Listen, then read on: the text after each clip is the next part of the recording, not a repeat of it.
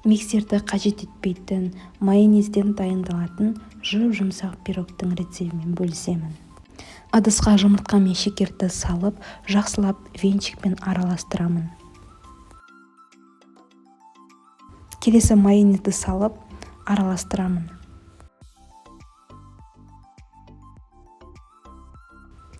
Енді ұнды аз бөліктен сала отыра, електен өткізіп, араластырамын.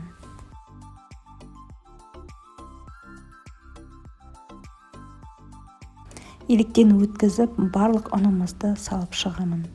Үстіне ванилин, қосқыш салып, араластырамын.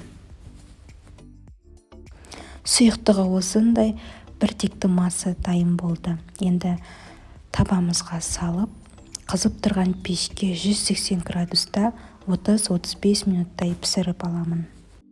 Өте оңай әрі қарапайым өнімдерден жасалынатын пирог дайын. Пирог бәрімізге ұнады. Дәл осы рецептпен сіздер де дайындап көріңіздер.